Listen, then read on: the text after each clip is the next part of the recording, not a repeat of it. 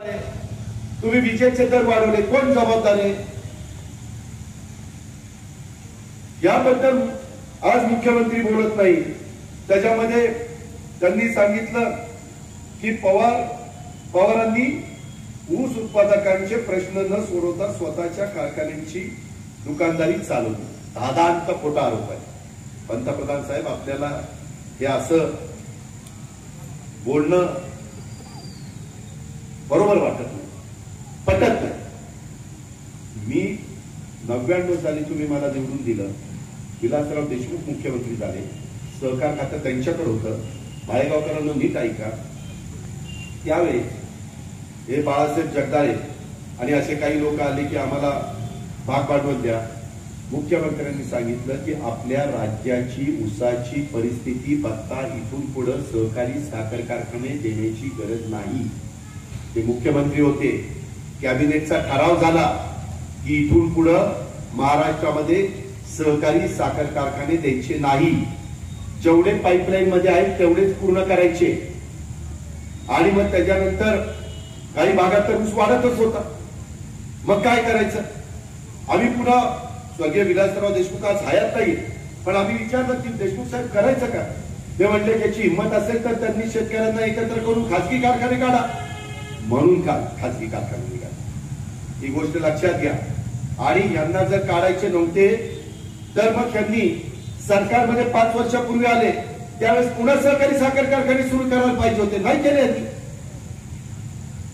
नितीन गडकरींचे 3 खासगी कारखाने आहेत की नाही? पंकजा मुंडेंचे म्हणजे पूर्वी गोपीनाथ मुंडेंचे काही खासगी कारखाने आहेत की नाही? सुभाष देशमुखांचे खासगी कारखाने आहेत की नाही? एकनाथराव खडसेंच्या खासगी कारखाने आहेत की नाही? रावसाहेब दानवेंचा आहे की नाही? किती लोकांची नावं घेऊ? त्यांच्याबद्दल ते दिसत नाही। आणि बारामतीमध्ये खासगी कारखाना काढला।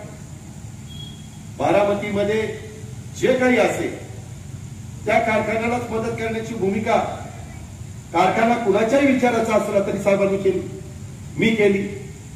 असं कसं पंतप्रधान बोलतात? त्याच्यामध्ये जर ते खासगी कारखाने म्हणजे तुम्ही खासगी कारखाने काढणार नाही आणि तुम्ही सहकारी साखर कारखान्याला पण परवानगी देणार नाही, लोकांनी ऊस कुठे घातला असता? आज सोलापूर जिल्ह्यामध्ये एवढा ऊस वाढला, आज वेगवेगळ्या भागामध्ये ऊस वाढला। ऊस वाढला की नाही? मग ती कुठं गाळला असता? त्याच्यामुळं कधी कधी पंतप्रधानांच्या सारखी व्यक्ती ऊस उत्पादकांचे प्रश्न सोडवले नाही असं म्हणतात। शरद पवार कृषी मंत्री होते म्हणून माझ्या शेतकऱ्याला 4 आकडी भाव मिळायला लागला, त्याच्या आधी 3 आकडी भाव मिळायचे। साहेबांनी साखर निर्यातीचं आयातीचं धोरण बदललं, पवार साहेबांनी त्याच्यामध्ये महत्वाची भूमिका घेतली। निर्यात साखरेच्या करता बाळासाहेब तुम्ही चेअरमन असताना साहेबांनी ट्रान्सपोर्ट सबसिडी दिली। परदेशामध्ये साखर पाठवण्याच्या करता आम्ही राज्य सरकारमध्ये 100 रुपये क्विंटलला दिले, केंद्र सरकारने दिले। त्यावेळेस कारखानदारी अडचणीत आली, एफआरपी देता येत नाही, सॉफ्ट लोन दिलं, 0% व्याजाने सॉफ्ट लोन दिलं की नाही?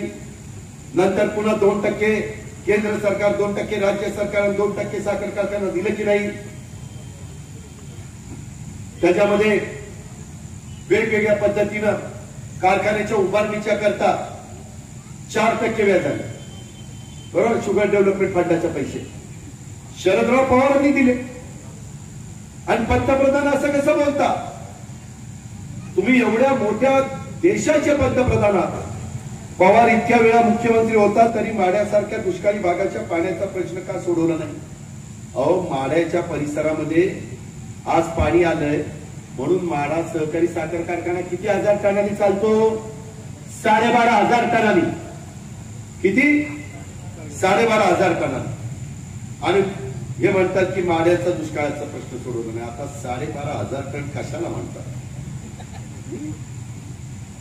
या पद्धतीनं आणि सांगोला वगैरे भागामध्ये पाणी नेण्याच्या करता आम्ही सगळ्यांनी प्रयत्न केला।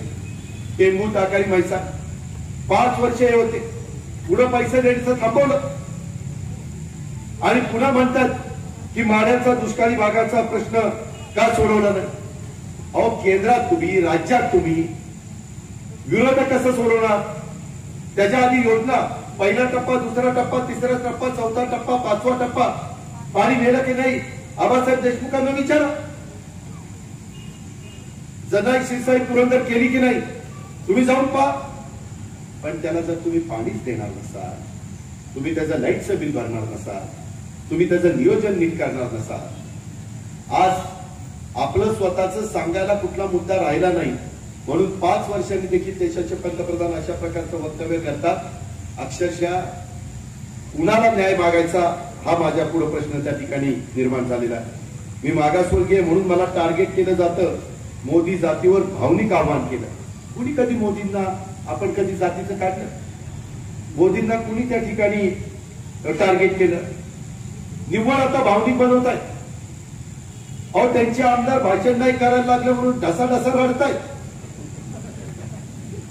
आता मला कोणी सांगितलं आमची भावकी म्हणली मला जरा बोलायचं. म्हणलं बाबा बोल, आता काय करता भावकीचं. नंतर कल्याणराव म्हणले मला बोलायचं. म्हणलं बोला. सिनियर वाबळे म्हणले मला बोलायचं. म्हणलं बोला. धन्यवाद त्याच्यात उरकून घेतोय थोडंफार.